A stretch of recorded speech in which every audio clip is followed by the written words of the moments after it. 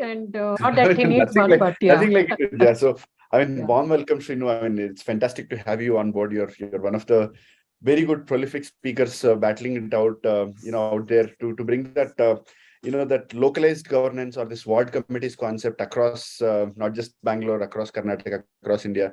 I mean, you're doing a phenomenal job, as Vidya also said, Valli said.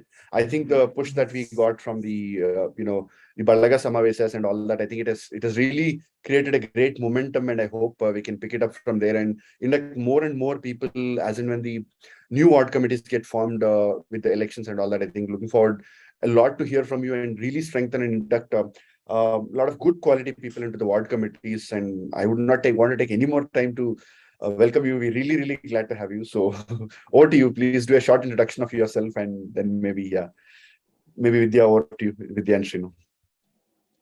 Yeah, I think Srinivas, you can probably start just on a good note that we have almost 200 registrations for tomorrow's event, which we will talk about at the end of this. So with that note, let us start with your thoughts on ward committees and enlighten the audience here. Yeah, sure. I'm just switching from phone to laptop, so you have to bear with me for a minute before I turn on my camera. But like I was saying in the earlier conversation, it's ward committee is something that's very close to my heart, because I feel like all the attempts that we do in terms of citizen participation or trying to have a voice in the thing end up being one trick wonders, and there's not a lasting change that happens. So that is why I'm convinced that ward committee is the way to go for not just Bengaluru, for any other city for that matter. And why it is so? Because ward committee is a function of the government itself. It's not something that a bunch of citizens like the interest groups like BAF is trying to aggregate the needs of all the apartment dwellers, because they have common requirements or common things that they want to fight for and ask for. So you form something like this. But what about the citizens themselves? So, and then who should call for that meeting? This meeting is called by BAF, and I have been invited, and your members have joined and all that. But what if there's a meeting where the government invites citizens to take inputs and does it every month? Right. That is the fundamental plus point of a ward committee, because it recognizes that in a democratic republic, citizens are the supreme power, and everyone that's working, whether it's a minister or IS officer, whoever it is, at the end of the day, they are accountable to the people. But the accountability in our democracy is limited to once in few years of voting. That's not going to solve the problem, because a lot of things happen in between the 5 years. So that's where ward committees come in. It's a continuous engagement with the government, and particularly at this tier of government, the local tier, the third tier as we call it, is very, very important, because that means these are the issues that people really care about. Other things, I'm not saying they are not important, but there's hardly anything that you and I can do about India's policy with China border, for example. We might have opinions and thoughts, but we are not really going to participate in that process of how to fix that kind of thing, right? So whereas when it comes to the roads and the drains and the garbage in the parks, all of us can do something about it. So that is where I'm convinced that ward committees are the right way to do, because it creates a model, a structure for ordinary citizens like us to now suddenly sit across the table. When you say 2 hours of meeting happened, that's just beautiful, right? The 2 hours you had interaction with government. Just give me 1 second.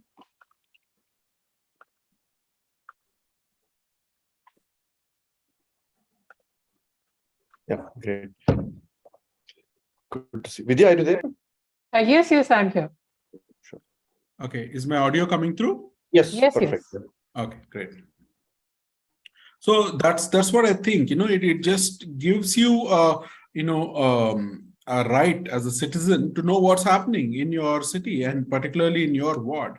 And it actually, believe it or not, it's a ward committee is very helpful to the officials, because most of the times they're running around like headless chickens, and people are complaining, people are upset, people are saying this, and they think they should work on it, and then they should work on something else. Some tweet comes and some news report comes, and that kind of thing. When there's a ward committee where there's people are regularly coming, in the engineer in Vidya's ward or Wali's health inspector is very grateful, because he's got his ears to the ground through these people. Now they actually know where to put their energies, and they get the appreciation also from these people. And that's ultimately a biggest motivator for any public servant, right? Anyone, humans need validation, you need appreciation. And government employees rarely ever get it. You have to be a superstar to be appreciated. Usually people hate them and look down upon them, talk down upon them, all of these things. But you have this human interaction with the citizens of the ward. You actually say, people say, okay, sir, last time I mentioned this, you fixed it. Thank you so much. That's the huge motivation to be a public servant and all of that. So beyond the point of view of citizens, from the point of view of the corporation or the officers, it's great. Look at from the point of view of chief commissioner, for example. Every time you see a news item that, BBMP must fix all 27,000 potholes by end of this Friday. I mean, how ridiculous is that? How can anyone do that? Can the High Court Chief Justice or Prime Minister or, Einstein or Stephen Hawking, anyone can do that? It's not possible. But if you break it down and say, okay, Belandur has 25 potholes and Jayanagar has 45 potholes, now it's manageable. And the ward committee can make that happen, and forget the fixing all the potholes. How about preventing potholes? Why do potholes come? Because there's water is stagnant on the roads. Which roads get stagnant during monsoon? The people in the ward committee know. Why? Because every year they live there. The engineer comes and goes, mayor gets elected and then gets kicked out. Chief minister comes and goes, but residents still stay there. So they know which areas get flooded. They know where the garbage black spots are. So they actually provide continuity to the governance. And that's what we should take advantage of in these meetings. And I think whichever wards where there are people like, Vidya and Wali and many other wonderful citizens, and they don't get deterred. They don't get bogged down. Oh, today's meeting was waste. Somebody was shouting. Somebody wanted. They just take it in their stride and say, okay, chaos is expected, especially when you're working in a government setting. If there is no chaos, you can be guaranteed that nothing is happening. The more chaos there is, some good thing is actually happening. That's how I look at it. I go to any meeting and there's a lot of shouting and yelling. Good. It's a good meeting. That means people are passionate and they're trying to, resolve things, and things will settle down eventually. So I think that's kind of where we stand.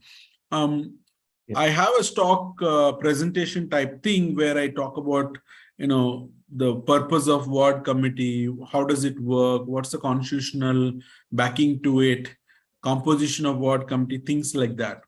And I usually use this in this audience. I'm not sure if that is useful because most of you are familiar with it. I think what we can do, Srinu, is if you go ahead and present the same thing, this will anyways going live on YouTube and the recording will stay in YouTube. Then we are also going to do a timed chapter kind of a thing of each of the segments, right? Then later on, we can also actually use your presentation to break those things into smaller pieces and use it for maybe social media posting, like, Twitter or Facebook or any of those things, like a small snippet, right? Like, for example, part 1, how to become a part of ward committee. Maybe you speak for 5 minutes. We take a snippet out of it, then put it elsewhere, right? So that's something that we can always do. So you please go ahead and present what you intend to present. Then we can make a note of those things and then basically split the videos or try to make some creative things out of it. Okay. Is that okay? Yeah. Are you saying I should share my Yeah, presentation? sure. Yeah, sure. Yeah. And will it also, we are at 4:20, so possibly it would be, you want to make it sort of a 20-minute presentation or something? Okay. Yeah. You just keep a time check and tell me 5 minutes before and I'll wind down to that. Yeah? No problem. Okay, let me share my screen then. 1 second.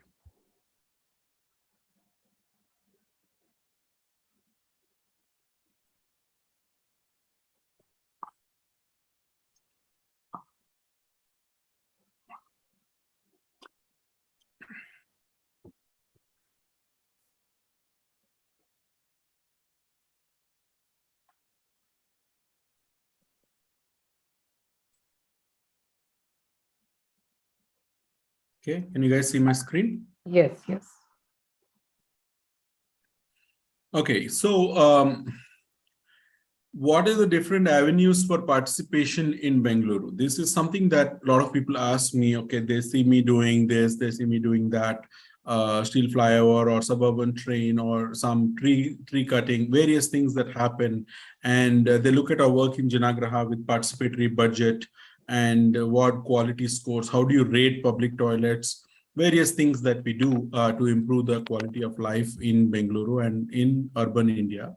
So this set of slides or presentation is about fundamentally introducing the concept of participation itself in the governance and make people think about how this can be done and what are the avenues that are available for different people and all of that. Some of this is targeted towards students. For example, the last time I talked about it was in Christ University just 2-3 weeks back, and where the students wanted to know how can they be part of the Bengaluru development and so on. So I was telling them my thoughts on that. So for this particular audience, I may skip some of the slides or I might go in a more detail, and you are welcome to interrupt me anytime and ask questions.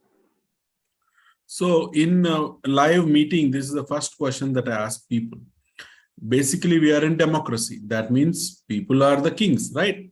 Democracy means demos, and people, there is no king anymore. There's no monarchs anymore. People are the decision makers. People are the rulers. There is no ruler class anymore in democracy. At least since 1950, January 26th, we are declared ourselves as a republic and all of that. But do we have a voice in the decision making? Do we really feel like we have a voice in the decision making? So in a real meeting, I'll ask for a show of hands, and now you can, whoever is on the camera can say yes or no, and so I'll get your answer. Right. In the interest of time, I'll move along. We don't think we have much voice in the decision making. Many of us feel disempowered and we don't know what's going on. Many times we see a decision of the government and say, who decided that? Why? What happened? Why are we doing that? A lot of people have this surprise kind of a feeling about government decisions about various things. It can be anything from foreign policies to who puts GST on sanitary napkins to, whatever it can be, right? And then why are we building this instead of doing that?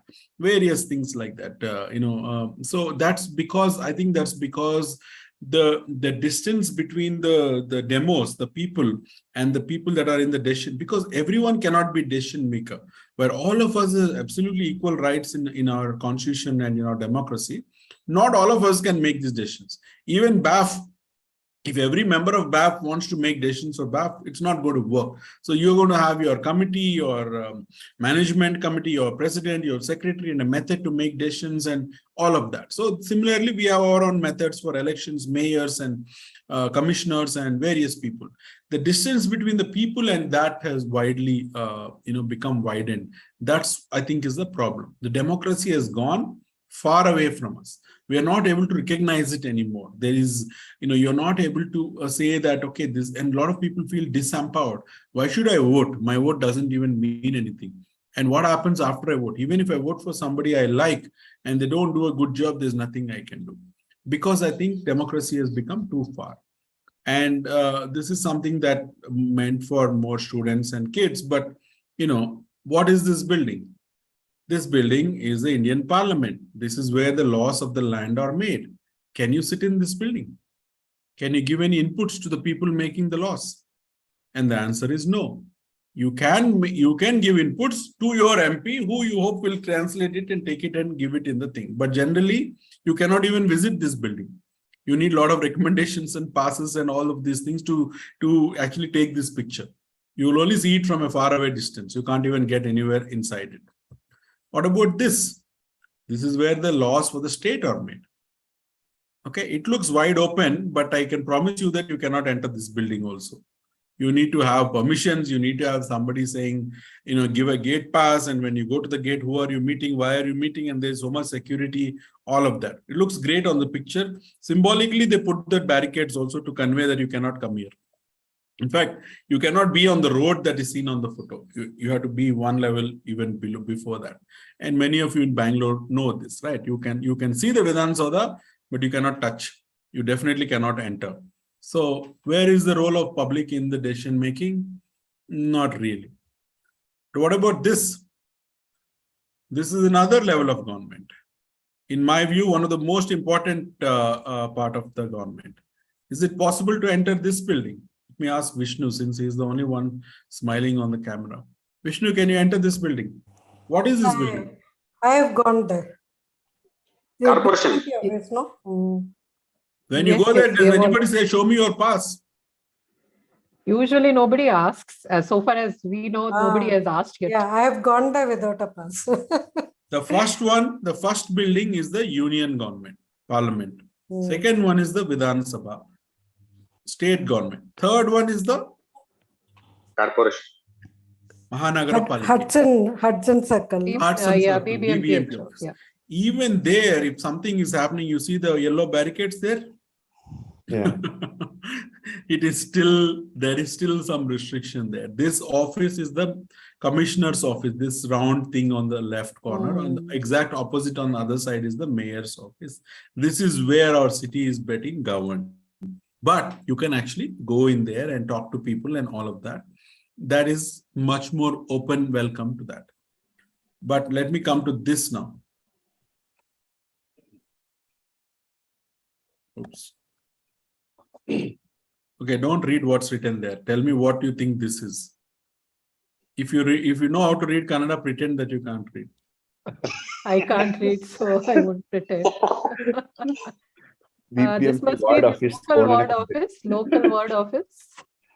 Konankunte Kotti. I am supposed to have another slide without the text and somehow it got deleted. The text came in. Yeah, this is the ward office. Okay. This is the ward office. This is where I used to live until 2-3 years back. This is right here, Puttanhalli, JP Nagar. RBI layout it's called. What is the difference between this office and all the other pictures that you saw? Let me put Vishnu on the spot. No barricades.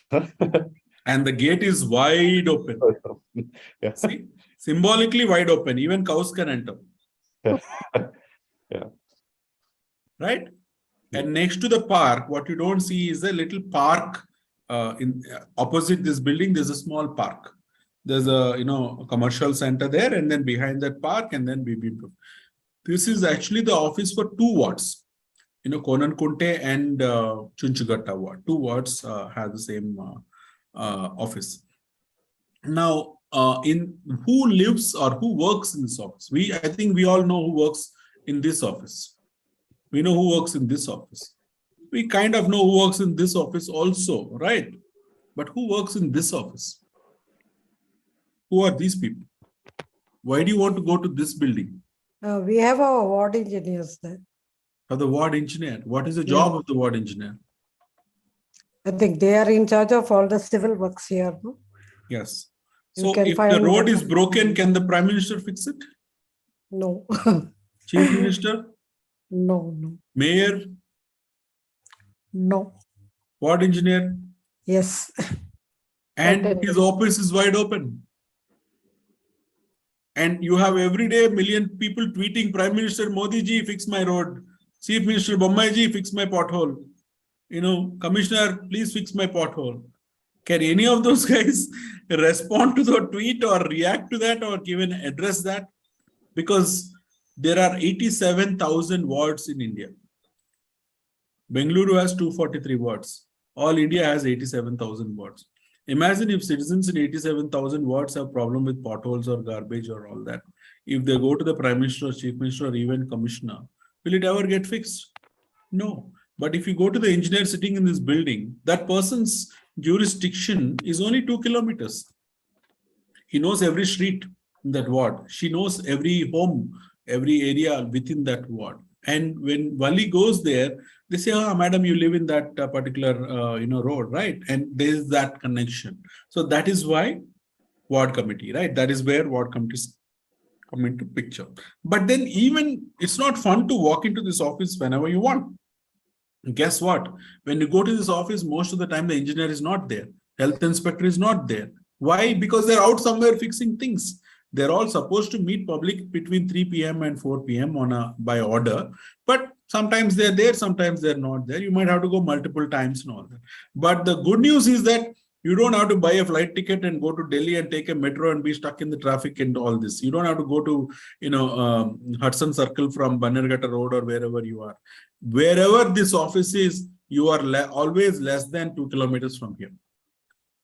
You can take it for any ward in Bangalore. That means governance is closer to you, physically closer to you. Democracy is also closer to you. And that's where ward committees come into picture. So I often use this to describe how a lot of people are, unfortunately, our education system has not done a good job of explaining how governance is done in this country. People are not clear on who is supposed to do what. People know everything about who is the film's director and music director and who did the songs and who did the background music also. But they don't know what's the difference between a foreign minister and a home minister, and state list and concurrent list and union list and all of that. These things should be part of civic education even before you hit 8th standard or 10th standard. In fact, we all studied it also in our civics. Let me remind you, many of you must have went through this and you must have got A grade or 90 marks in social studies also. But very few of us actually remember that. Right. I think it's easier to talk about this with my daughter nowadays than, she understands when we discuss. Yes. A lot of young people are very curious about these things. I often ask people, do you know where water comes from? For many years I lived in the US and there used to be surveys there that shows there is one channel or somebody who always does these fun quizzes and surveys. Do kids know where milk comes from? And the kids will invariably answer it comes from supermarket. They don't know that there's a cow and there's a farm and then the milk, all of that, right? It comes from the farm, it comes from the thing, right? So cow is a toy or a book, picture on a book. A cow and a milk have nothing to each other. That's how the people have grown up. I'm not saying everybody, but the same US kids also know First Amendment rights. Why I should be able to hold a gun, own a gun. People know that also. They are very familiar with that. So they are taught constitution even in, like 5th grade and 6th grade and all of that. So anyway, see, how does city government work? Just like any other government at union or state level, there are two wings to it. There's the executive wing and then there's a political wing. What is a political wing? Where elected people come in. Elected representatives in the city, the elected representatives in the country are called members of parliament. We have 543 of them. And in Bangalore, for example, we have 4 of them. North, South, Central, and Rural, right? 4 MPs, 4 individuals represent 1.3 crore Bangaloreans in Delhi. Anything the central government does, we have these 4 guys to deal with and work with and force them to help and all of that. For example, railways. Railways is entirely in the government of India. So anything you want to get done with railways, you don't catch corporators or MLAs, you catch the MPs. Because MP is supposed to hold the railways accountable. All elected representatives are people's representatives. They are regular citizens like us. They are not experts in drainage or railways or anything like that. Their only job in democracy is to hold the executive accountable. So if they don't know what to hold them accountable, then they won't.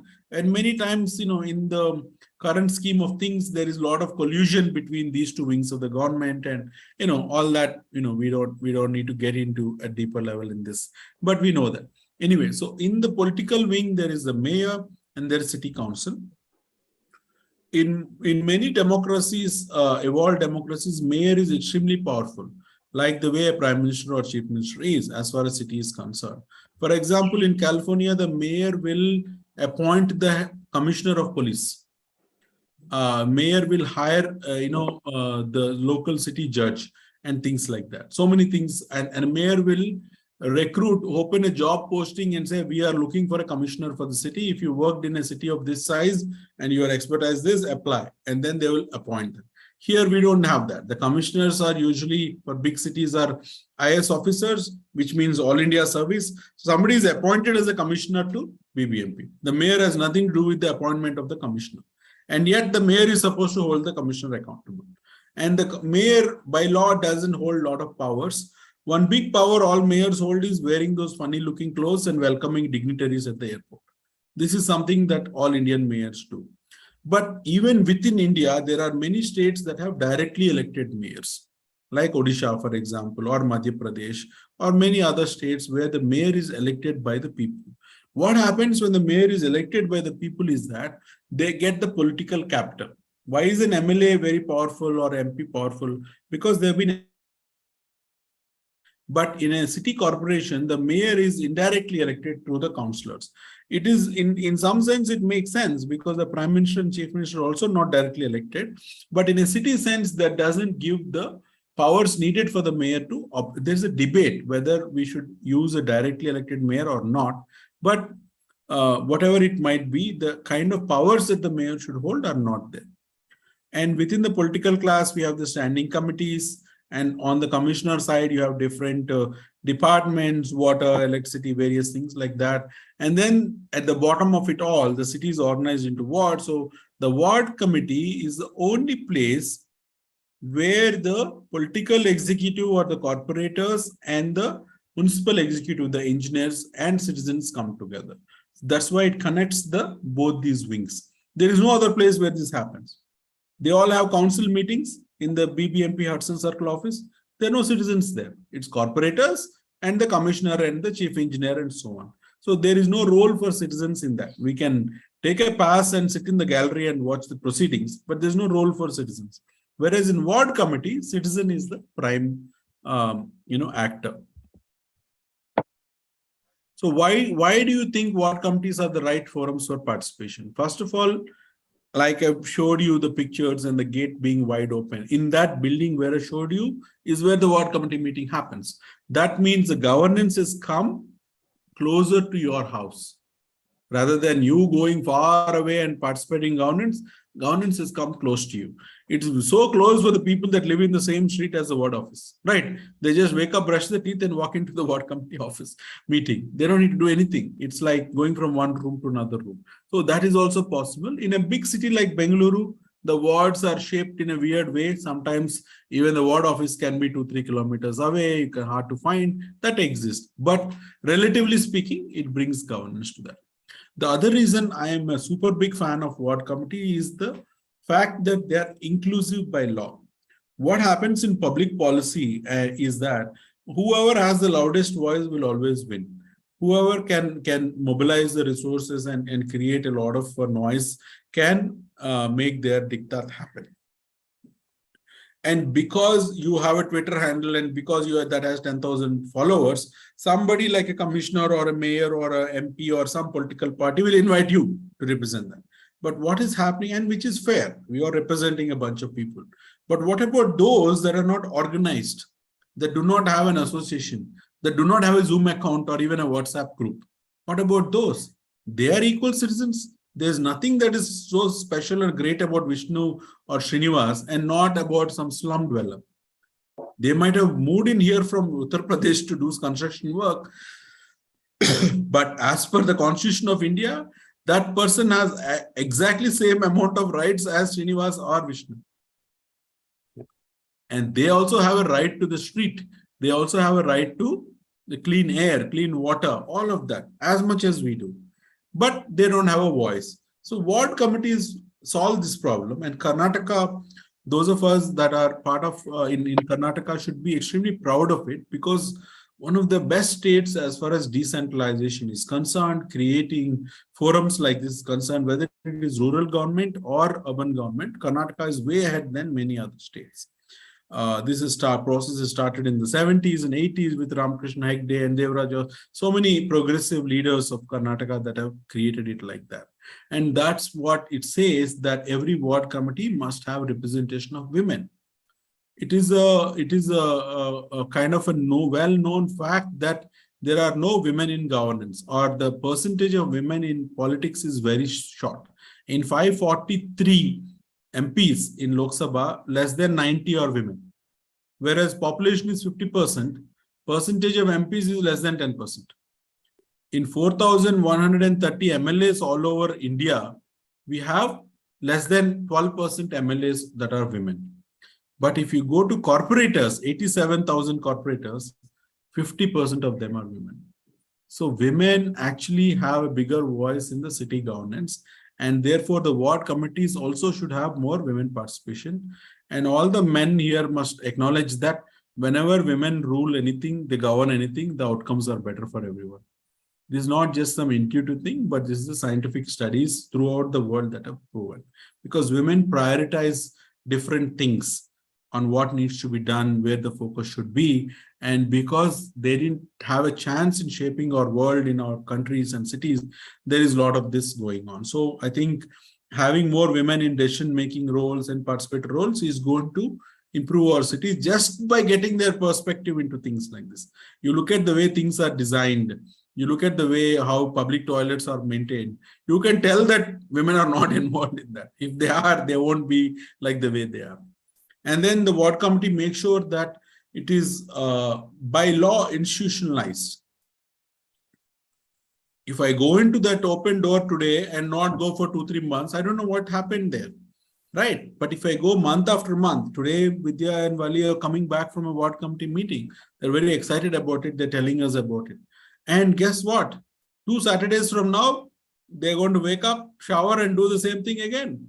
And that's when they're going to get the benefit of today's meeting. Hopefully, things that brought up today will make some progress 2 weeks from now. It may take more than that also.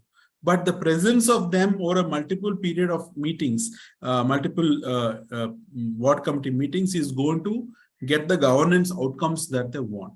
And some of this is practically working well in some wards and not so well in other wards. That's why the Balaga and how to strengthen these meetings that we're doing. But by law, this is the law. And the last other point is that water is provided by BWSSB, electricity by BESCOM, lakes are done by Lake Authority. Now some of it is BBMP also. Bus is provided by BMTC. Law and order by police, Karnataka police, traffic by Bangalore City Traffic Police. So if you have a grievance in one area, if you have grievance that has these 5 different departments, you have to make 5 calls, 5 apps, 5 websites, and then deal with them, right? But ward committee actually brings all of them together. Not because they're great people, the law mandates it. The Karnataka Municipal Corporation Act says that all the agencies and service providers must be present in front of in the ward committee meeting.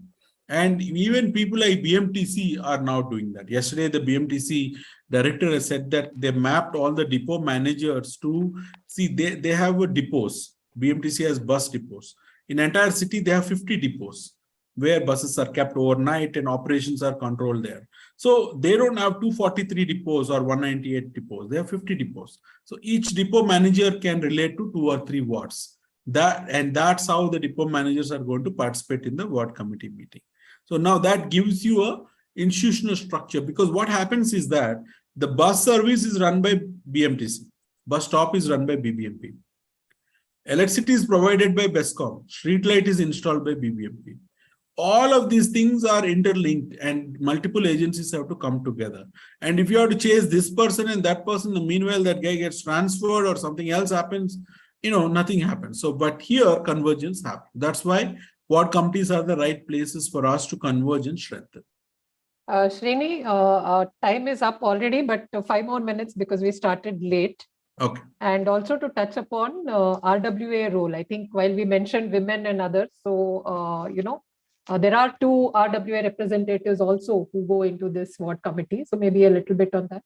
Absolutely. So RWAs are aggregates of citizens. That's what you see in this slide, right? So another thing about the ward committee is that all the members of ward committee must be residents of the ward. Our prime minister is from Gujarat, but he's an elected MP from Varanasi, right? And Vishnu can become MP from Bhopal tomorrow if he wants. Vidya can become MLA from Mysore if she wants. Okay, and I can become corporator from Bellandur, though I live in Banerghatta Road. But I cannot become ward committee member of Bellandur. Valli cannot become ward committee member of Banerghatta because it's based on your residence, your registration, voter registration in that ward. And that's very important because that means local voice. That means local issues will come into the picture. And like Vidya pointed out, the apart from the women and SC/ST, 2 seats, that is 20% of the ward committee is assigned for RWA representatives. And that the idea of RWA is that you represent the welfare of the residents in that particular jurisdiction, that street or that locality, and they get a seat in the place in the ward committees. That's why they're representing all of the people in that. So now RWAs tend to be middle class, upper middle class, English speaking, WhatsApp grouping, all of that. So they may not represent the interests of everybody. That's why they said to SC/ST.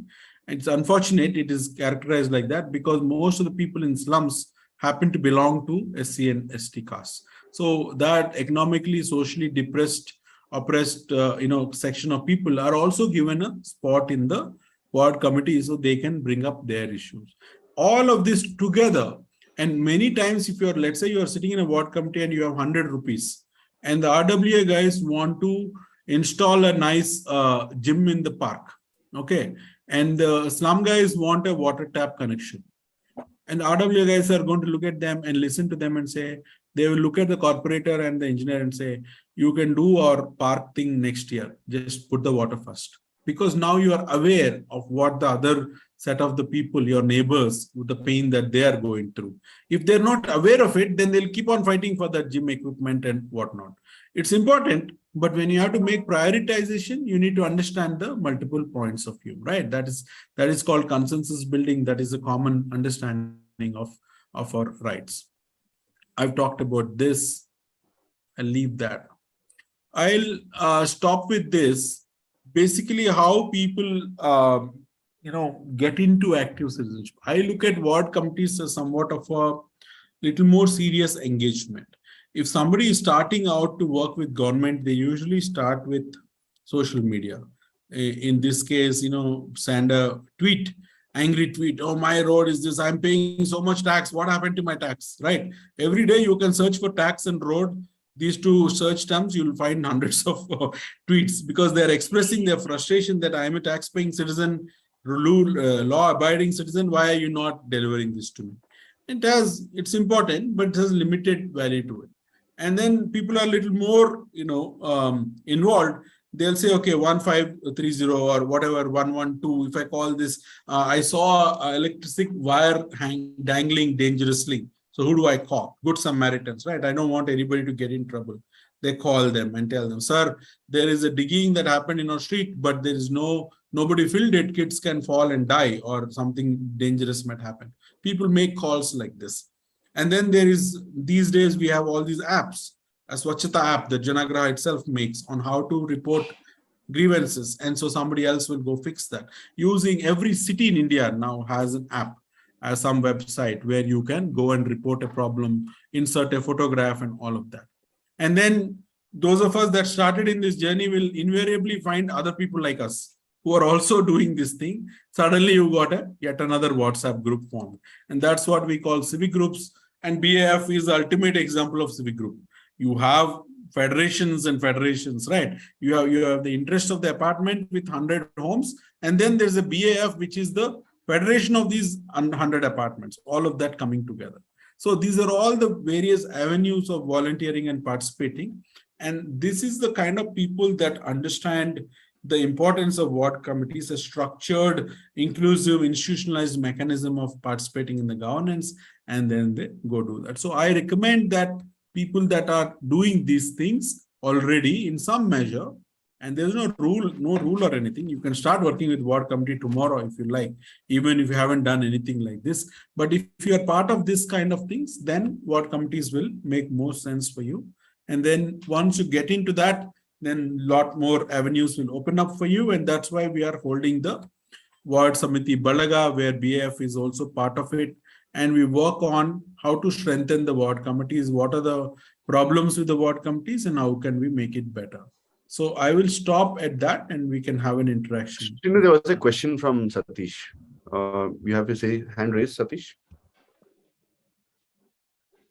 Yeah, Satish can unmute himself and speak. Yeah. Hi. Good evening, everybody. Srinivas, one quick question. Just a couple of minutes back, you had mentioned, and pardon if I've missed the point or so. You had said that ward committees had a provision for resident welfare associations, 2 members or so representing a particular area. that has now been taken over by probably SC/ST is what you said. Am I No, right? no, no. Did I It is understand different. that? This is different. 2 RWA members, 2 SC/ST members. Oh, okay. Okay. So they are still, those positions are still there. It's not that it's been replaced by SC/ST. Am I right?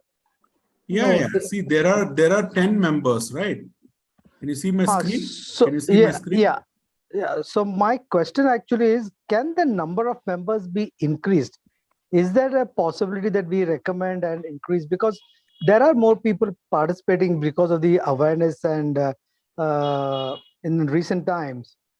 So instead of, is that possible that there will be a possibility of recommending or requesting that the number of, and can that happen worldwide, or it has to be as a policy? It is a policy. It is by law. Whatever we have is by law. So laws get amended all the time. For example, in Hyderabad, GHMC, it's called Greater Hyderabad Municipal Corporation. They have rewritten their laws and came up with a concept of ward committee with 100 members. Each ward committee has 100 members. In fact, they went ahead and said that there are 4 groups of ward committees: 25 senior citizens, 25 women, 25 green lovers, like that. They organize the ward committee like that. Beautifully written in the law, has not been implemented, never implemented. Whereas we in Karnataka particularly, we have implemented the law, right? We meaning the government of Karnataka or various cities. So now that it's implemented, that you can ask for amendments. This is the kind of thing that Janagraha does, right? For example, we are kind of helping Mangaluru Corporation on how to select the committee members. Because that's a big contentious issue. You say 2 RWA. Which 2 RWAs? What if there are 10 RWAs? Which of the 2 will be part of the ward committee? There is no clear guidelines for that. So this is where discretionary powers come in and all of that. But even more important thing that I want you to understand is that the members of the ward committee are only 10. But there is no restriction for any resident of the ward to be part of the ward committee. You can walk in and sit in the ward committee meeting by law. Only thing that you can't do is you cannot raise a point in the ward committee meeting without seeking permission from the chair. Because the 10 people are supposed to be representative of the larger ward, they are given the mic, so to speak. But if you are not one of the 10 and you are sitting in the next row, you want to speak, you raise your hand and you request that, may I speak? I have an issue to brought up. And usually that is not denied. And usually there are many people that are active in ward committees that are not official or formal members of the ward committee. Vidya and Vali and others can share their experience with it. Because what happened in Bengaluru and currently also at this point of time, there is no elected or selected ward committee members because there is no corporators themselves. So right now everything is ad hoc. There is no 2 SC/ST, 2 RWA, 2, 3 women. None of that exists today. Whoever goes to the ward committee meeting is a member of the ward committee and it's open season. Once the BBMP elections are over, then the new ward committees will get constituted. And that's the thing that some of us are worried about and how that process is going to happen. And this is a big topic for discussion tomorrow in our Bengaluru Ward Samiti Balaga conference or citizen gathering. How do we influence the political parties so that they don't hijack these ward committees and put their own people in the ward committees as if they're representing it? I'm hopeful that that won't happen in the next 5 years because a lot of corporators, when ward committees first came, were really scared and worried. What is going to happen in this thing? Are we going to be grilled? Are we going to be questioned? But actually in real life, none of that happens. People are very cordial and they work with each other and they do their business. And many corporators appreciate that citizens are helping them out. And when they do good work, they have an opportunity to show off their good work to citizens. It's a free advertisement for the corporator also.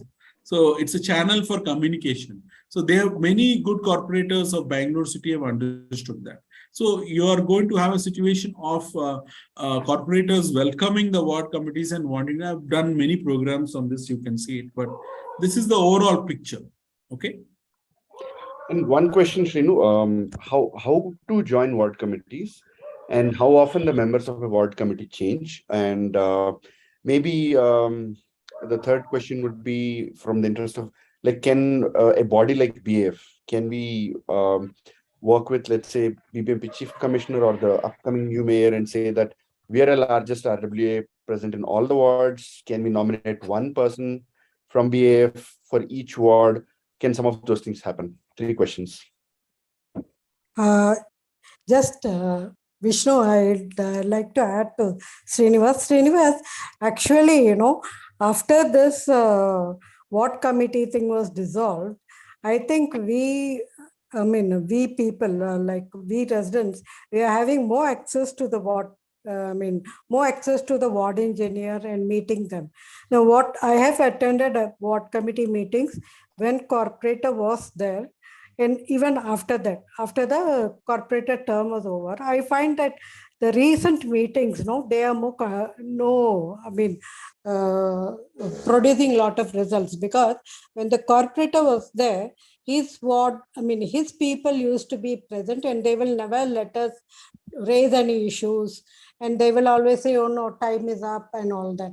So we never got to really interact with the ward engineer and express our problems and all that. Now they are not there, so we directly we are holding talks with the ward engineer and all the other officials, and we are able to tell them their problems, and to a certain extent they're getting resolved. Even we are also having this, I'm seeing that the ward engineer, he says, okay, madam, there is a problem there. I am coming to your place. I will meet you there. You show me the problem. So these things are happening. There is more interaction. Valiji, can there be a question, or shall we wait for Srini to answer Vishnu's questions, and then you can frame a question for your point? No, I am just, I was just telling Srinivas how it has changed. Right. I will respond to that later after Srinivas also responds. Yeah. Yeah, so going back to Vishnu's set of questions. The law says that the municipal commissioner should appoint the ward committee members. It doesn't set down any rules for that.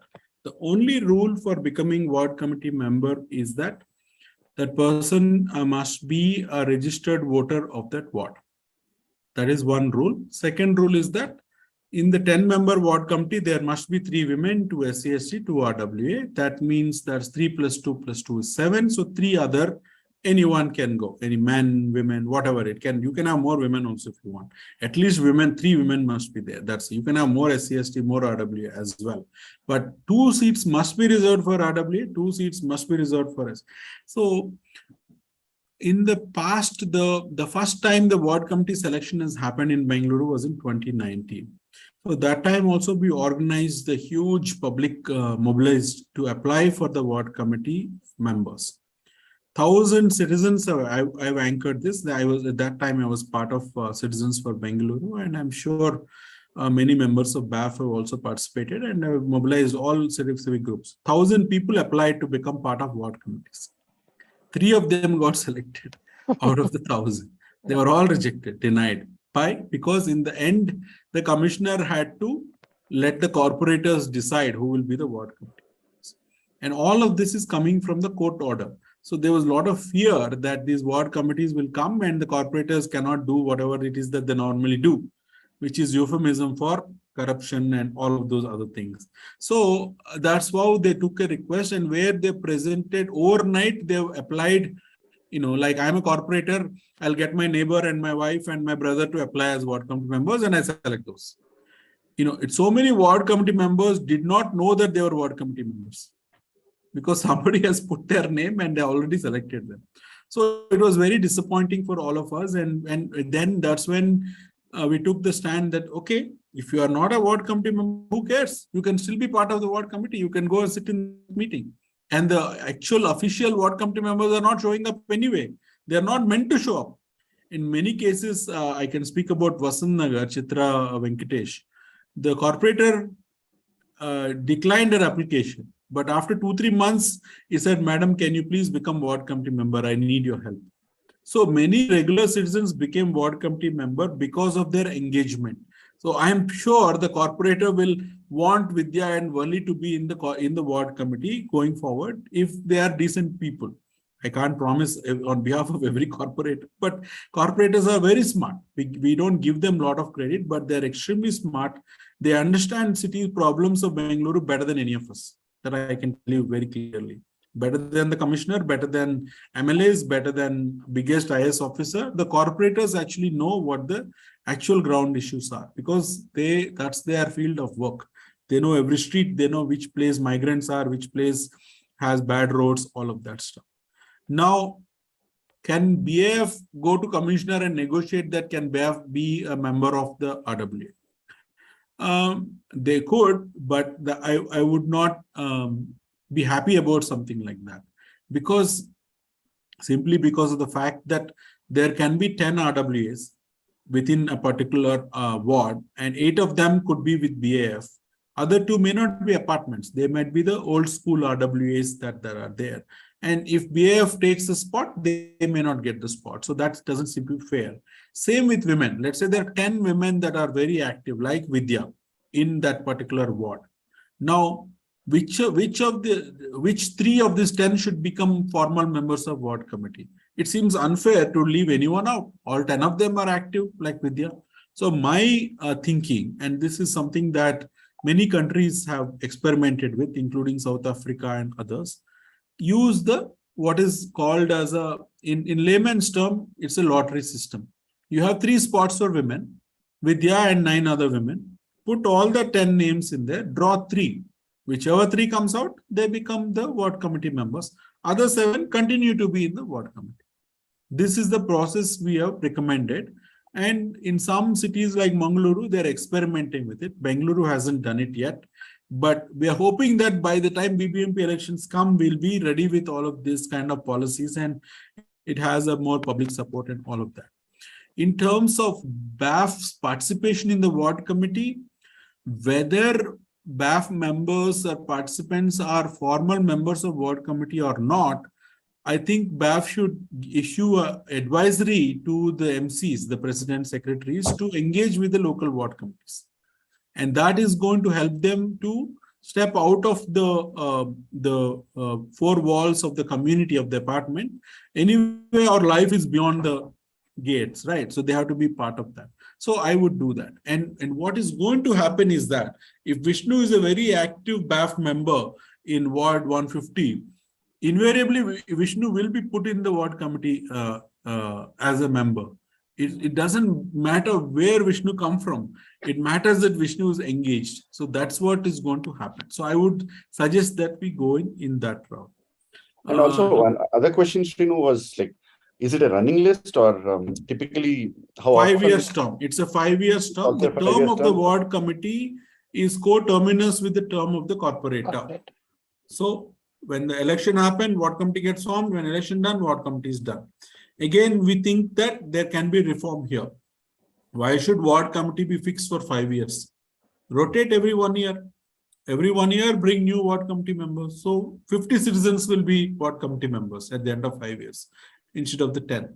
Many of the ward committee members will be like anything we all start, right? Like dieting or exercise. You start with on January 1st with great enthusiasm. After that, you slowly disappear. So the same thing happens to ward committees also. People will go and after some time they get busy for genuine reasons. My child is in 12th standard. I cannot go to ward committee anymore. That's one reason. My job has changed. I'm now traveling on my job. How can I cannot be part of. So when that happens, you need to have a system of backfilling and replacing and all of that. We don't have any. The same way as our committees in RWA's managing committees change to vacancy, nomination and election process, but a simplified version of that possibly at the ward level. Yeah. Okay. Vali has a hand raised. Vali, maybe you can speak. No, Vali had said something that Vidya wanted to respond to. Right? I think that there was an observation by Vali that when we joined the ward committees, the corporate was not as cooperative or as welcoming to the ward committee as we find today with the nodal officers. I would say that again may differ. It may not be generalized. It may differ from ward to ward. Because yes, initially, I think there is always a resistance to citizens being a part of the ward committee. And one did experience that in 2019 when the ward committee started coming in place. But somewhere around December 2019. And I think over the next 2-3 months, that settled down and there was sort of acceptance. So I think it is a learning curve. So it may start with that kind of resistance, but I think last 2 years have been good for many ward committees to engage and establish themselves as to how they can work collaboratively.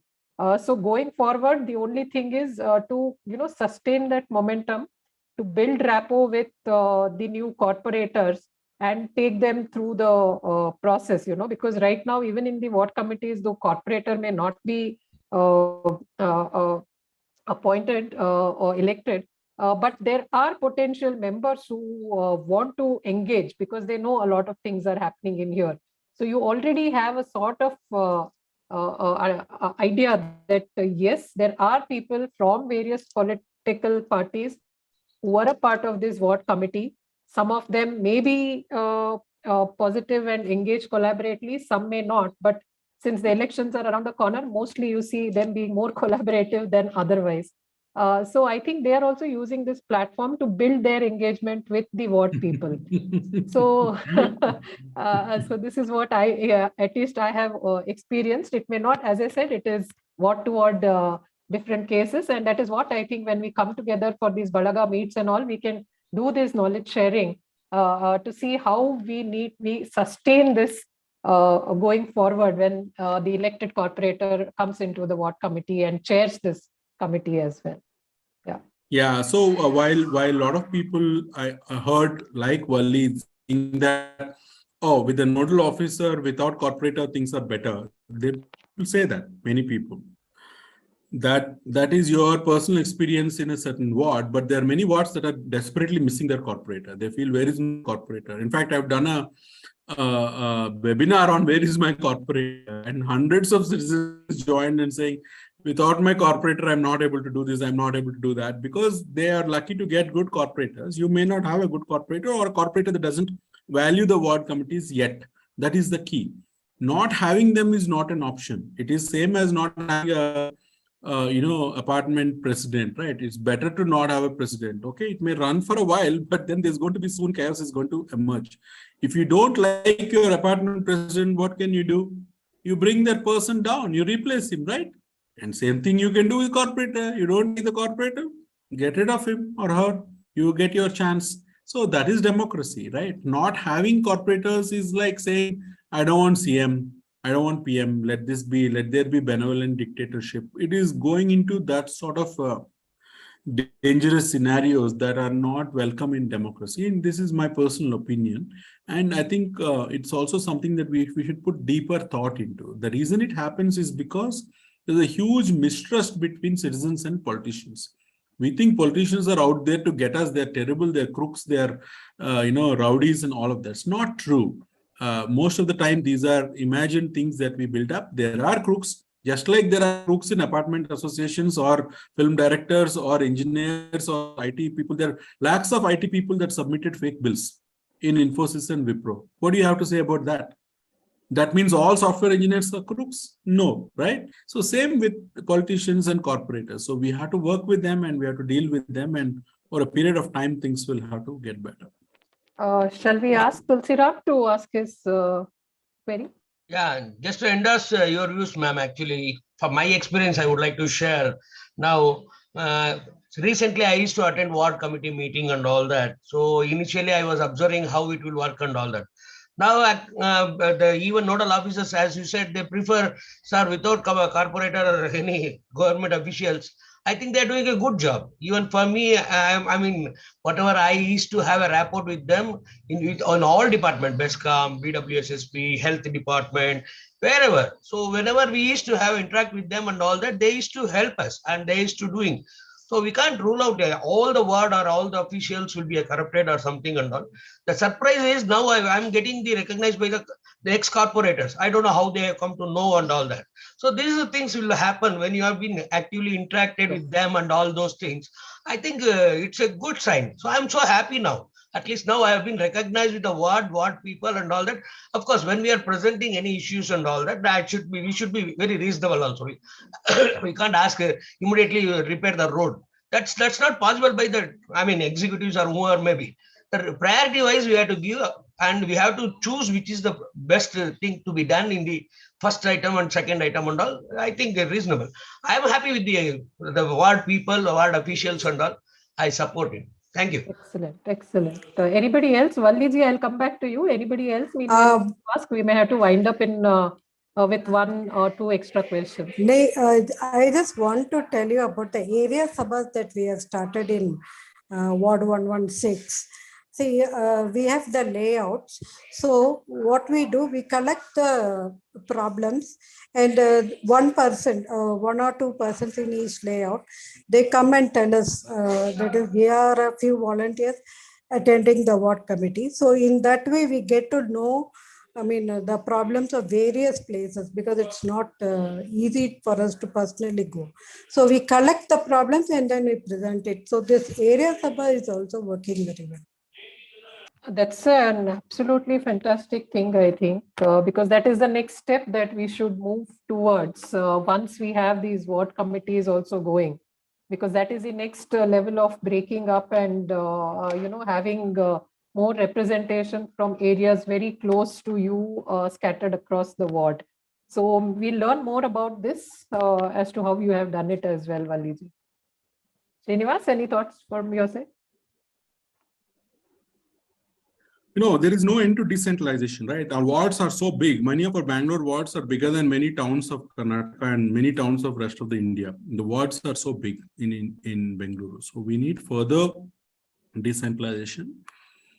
Area Sabha is the next logical unit of decentralization, but we all know that there is an engineer for a ward, but there's no engineer for an area. There is no area Sabha engineer. There's no area engineer. There's a ward engineer, ward health inspector. So that's why at this point of time, I think the decentralized governance, participatory governance should begin at the ward level. And once it stabilizes and becomes a kind of thing that we all understand, then we move into the other aspect, which is the area sabhas, where the representatives of the area sabhas are now going to sit in the ward committee. That is the law, actually. So each of us area is defined as a polling booth, 1 or 2 booths. That means if a ward, and a polling booth has 1,000 voters, if a ward has 10,000 voters, that means it has 10 polling booths or 10 areas. Technically speaking, one representative from each area automatically becomes the member of the ward committee. Then that's the bylaw, that is the process. We are not there yet because look at how far we have come, right? We are not able to hold meetings too. Now we are holding meetings. Can you imagine the complexity of holding area sabha meetings? There are 6,000 booths or something like that in Bangalore. That means every month 6,000 meetings have to happen. Who is going to conduct these meetings? Who is going to sit in them? Who is going to write minutes? It's very complicated. So ward is 198 or 243 is way better than 5,000 or 6,000. So that's where I think we should start and take a practical approach, like what Tulsi Ram was saying, on what works and make stronger ties. And this is a learning process for the officials. The person that is working in a ward until three months ago was working in Kolar or Chitradurga doing something else. Suddenly she is the ward engineer for Vidyaranipura.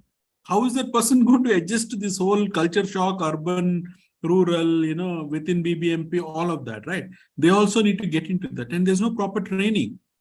If any of us get a job in L&T or Tata Motors, first 2 months, 3 months, they're going to train us on their system. Government, nothing like that happens. So therefore, the engineers and the health inspectors that you come across are also learning.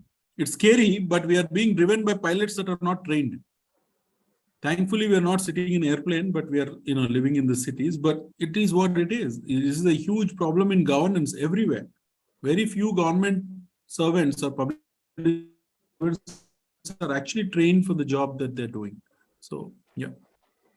Okay, so I think we are at 5:15. Probably one last reminder for the event tomorrow. I think, Srinivas, would you like to talk about tomorrow's event for just 30 seconds, and then we can invite the audience and ask them to bring their, ward committee members into the event as well.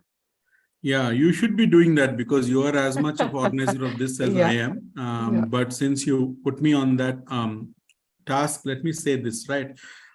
Right now, there are ward committee meetings happening in Bengaluru, and there are more officers attending them than citizens. You heard me right. There are more officials than citizens in the meetings. It's really an embarrassing situation for all the citizen warriors who keep on saying that we need better governance. Somehow, we are not able to inspire people to join the ward committee meeting. So that means we need to, why would people attend ward committee meetings? Because they think that it's useful and it's productive and it makes their life better and it helps the society and all of that. Not many of us are thinking like that. There are the Vidyas and the Valis, but there are many more that are otherwise active. They are working in their apartment, they understand the law, they are spending money, they're painting, they're picking up garbage, they're painting schools, they're doing so much of social work, volunteer work and all of that, but they're not engaging in the ward committees. So this is a request and a call out to all of the such people. And if you joined a program or watching BAF ki Baat like that, that means you are interested in that. So I request you to make that transition. You graduate from being a good Samaritan, good volunteer citizen to engaging with the government in the ward committees. And when more of us do that, our government itself strengthens, our governance itself strengthens. So that's why we are holding this Balaga meeting. Balaga in Kannada means union or a cohort or group, right? This is a group of people that are strengthening the ward committees. If you come to the meeting tomorrow at 10 a.m. in Gas College, that means Government Arts College. It's the only college in Bangalore I know that is, the metro station is inside the college. So you can just take the metro and walk out of the metro station, you will be in the college. So that is where it is happening, right in the middle of the city, near Kaban Park, civil court complex. You will find 200 other Vidyas and Vallis there. They are all coming from different parts of Bengaluru, and we are all going to deliberate on how to make the ward committee system better in Bengaluru. That is the plan for tomorrow. And I welcome all of you, and more than each of you coming, I also expect you to spread this word. Vidya would be sharing the posters and messages about this event. So please share that in your local WhatsApp groups and people that you are always discussing governance. There is no hope in this country. The city has gone to dogs. Everybody should leave Bengaluru. All of these comments happen, right? Those are the people that should be coming to this. Then they will understand what is actually happening in Bengaluru, and all is not lost, and we can fix this city, and many of us are. And you will get that sense of optimism and a feeling of camaraderie and working together. So I wholeheartedly invite all of you to come tomorrow. Not only come by yourself, but bring to other friends also. Thank you. Thank you so much, Srinivas. And before we say, bye to this meeting and spending your valuable time, I think Satish will take one last question from him. Satish, you can unmute yourself and ask. Yeah. Thank you so much for allowing me this question. I'm sorry I joined a little late. My question primarily is, how do we get to know and how do we join the ward committees? How do we get to know when there's a meeting? How do we become part of that? Okay, Satish, there is for every ward, the BBMP Zonal Commissioner Office sends out, during the week. It's first of all, the ward committee meetings are held on first and third Saturday of every month. I think Prabhu needs to mute. Prabhu Patil needs to mute. Mr. Prabhu, can you mute your line, please? Yeah, okay, go ahead. Okay. So Satish, there is a ward committee meeting in every ward, and the designated days for that are first and third Saturday, usually in the ward office at around 11 a.m. In case you are in touch with, where the ward office is, or some people who are attending these kind of meetings, you may just want to get in touch with them. There is a nodal officer. If you're not aware of it, then there is a list of ward offices along with the contacts of nodal officer and ward engineer. which is a part of our Balaga group. And, Okay. You can find out who your nodal officer is and Okay. whether any meetings are happening. And in case you find that there are no such meetings being held or citizens are not being called, you can, initiate this meeting. You can form your own team and Okay. start, connect with the nodal officer and then say that these meetings are happening all across and, why are we not being invited? So, let us initiate these meetings. So these are the ways in which I think you could. It can be daunting and complicated for the people that are coming in. That's why we made it simplified. In fact, it's our demand that the meetings be held on every first Saturday. So you don't have to look for when is the meeting, where is the meeting. It must be held on first Saturday at 10 a.m. in the ward office. This is the law was passed in the BBMP Council in 2019. We made it happen. The citizens made it happen. Now, because of COVID, we made it twice a month, first Saturday and third Saturday. And I thought when COVID is over, the third Saturday will go away. But it didn't go away. It continues. Today is the third Saturday and today there was a meeting. Look how beautiful that is. And Satish, the last thing is that the Balaga groups are meant to be a support group for people like you, right? You join the group. Let's say you live in Indiranagar. You say anybody from Indiranagar here, and somebody is going to reply to you. And now next meeting, you go with them, right? Your life is easy. You found another resident in your ward that you can go with. If nobody is there in the group, then other methods that Vidya mentioned should come up. But we are people like us and Vidya, we're all ready to help you finding your ward committee and getting you engaged there. So we understand that that's an important aspect of getting started. Yeah, and the members who are attending today's meeting, if you want to be a part of these groups, you can just connect with either me or Vishnu. If you need, I can share my number with you. 98450 Okay, great. I have made a note of that. My question, related question. Sorry, I'm hogging too much time. If there are multiple RWAs within a ward, multiple projects, multiple apartment complexes within a ward, would we still have 2 ward representatives per RWA or? No. It is total 2, but I think we will cross the bridge when it comes. Let us, we have covered this earlier in the discussion. But since you are just entering into this ward committees, we will take it up in detail over the next few interactions. Is Wonderful. that okay, Satish? Absolutely, ma'am. Absolutely. Yeah, and yeah. I'll drop you a message. Sure. Thank you so much. Okay. Thank you. So thank you all, and thank you, Srinivas. Especially, I know that you had an absolutely busy day crisscrossing the town for the event also tomorrow. So thank you for making time, and it was an absolutely wonderful session. And every time we think we know, and when you present the slides, we realize there is something more to what we must know. So thank you so much for that and keeping it all very engaged, interactive. Thank you so much. That's Thanks a lot. Thank you. Thank you. Thanks. Thank you. Pleasure to have you. Thank you. Bye.